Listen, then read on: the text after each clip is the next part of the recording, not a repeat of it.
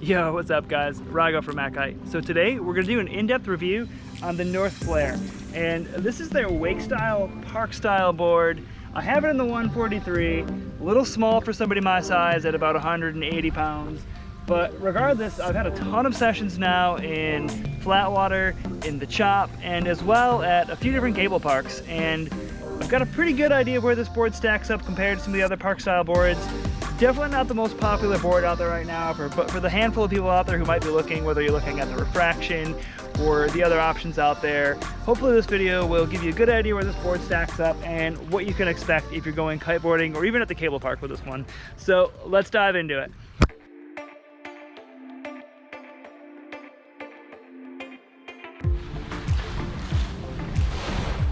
All right, so right out of the gate, the first thing that I noticed is this board, it almost feels a little more like a freestyle board than a park style board to me. At least that was my first impression. So it does have rocker, but it does seem to plane and pick up really good speed for a board that is made for the park. And I don't know if it has to do with the channeling, but for some reason I found that this board in particular did work really well for freestyle. It was really easy, even in some lighter wind situations. Took it back to back with my 147 refraction and it was more efficient. I was able to get more speed out of this board. Back to back with something like the Focus, it was noticeable. The Focus was a lot faster. It was easier to load up for air tricks, but with this one it was a really good balance for that rider who might be wanting to do unhooked or even hooked in freestyle tricks and something they could take to the cable park. So moving on to my thoughts on the board, like I said, I think if I was going into the park I would probably prefer this in like a 147 size, but that said, for freestyle I actually do still like the 142 to 144 size. And depending on who you ask, different kiteboarders would disagree on this, but I do feel like when you do go to the longer board, it's for sure better on the rails. But for loading up, I feel like it takes a little less energy on these smaller sizes. You can kind of just dig your heel, the channeling, the fins, it really engages and the board will pop.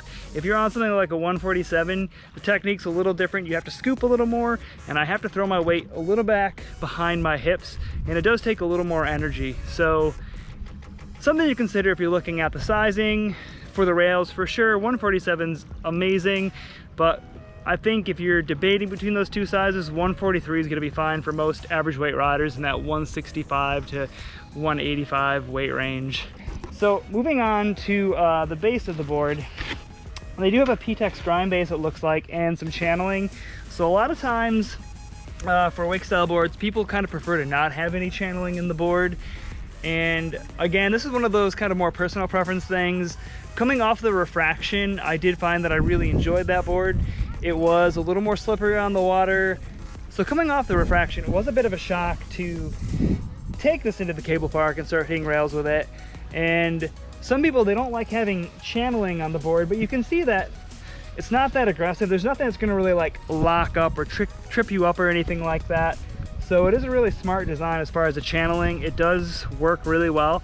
One thing I did notice coming from that refraction to this board is this board almost felt sticky on the rails at first.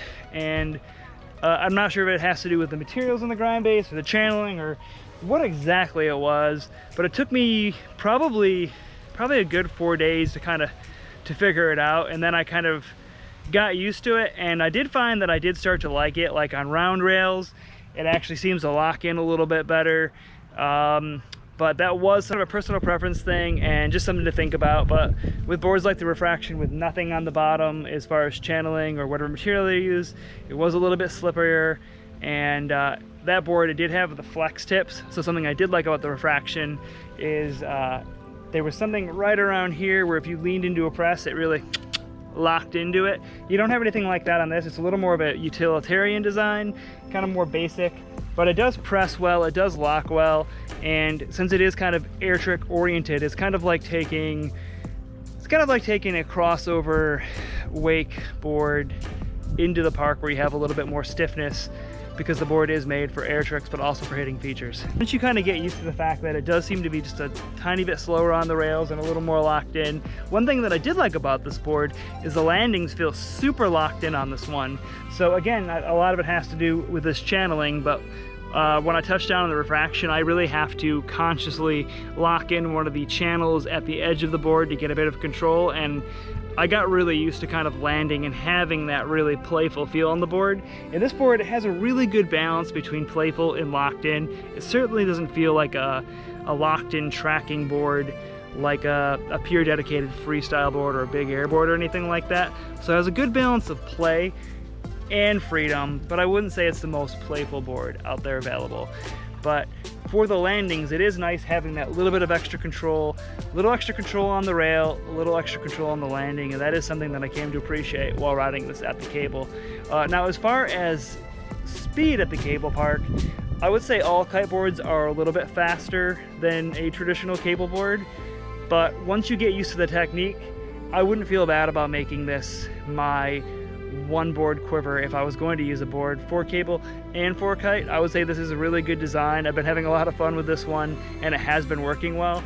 And just to get some bias out of the way, this is not my board. I won't be using this board for the year. This is actually my girlfriend's kite board, so this is the one that she's going to be using for kite park, for cable park, and for kiteboarding. So in summary, I feel like this board takes the middle road in a lot of ways. It's got a lot of like freestyle tendencies because you can get good speed with it. It's stiff, so it's easy to get a good pop out of it. Works really well in the cable park. Things to consider is it's definitely a bit more controlled, a bit more locked in the landings. It does have that channeling, so if you're somebody who likes to hit features with a perfectly flat bottom, that is something to consider. It did feel a little slower on some of the rails, but once I got used to it, figured out the technique, talked to a few other guys, that is something that some people like. I think it's a really well-balanced board, and if you are considering making this your one kiteboard choice and you're that rider who likes to do a bit of park style, a bit of wake style, and you're a cable boarder, this is a really good option. And as for sizing, don't feel bad about going for the 143 or the 147. I wouldn't debate that one too much. I actually found that even though I definitely prefer 147s, I got used to the 143 really fast in the park, and it didn't feel as tiny as a 143 normally feels, obviously because I was just putting in the hours on it. But in summary, I think North did a really good job just creating a really well-balanced board that works well enough for freestyle, works well enough for the park.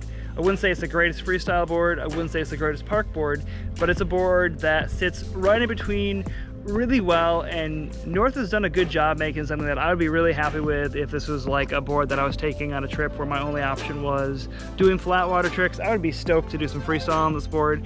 If I was going somewhere and I was going to spend a week at a cable park, I wouldn't feel bad about taking this board to the cable park as well.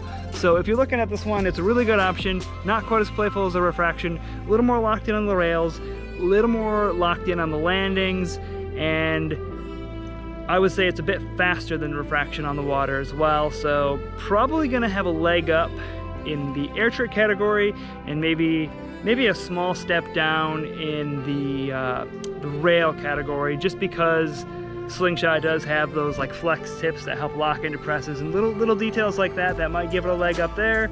But between the two, I would be stoked with both. So I hope you found this helpful. If you have any questions, let me know in the comments. Happy to share. If you found this video helpful, please give it a thumbs up. Don't forget to subscribe, and I will catch you next time.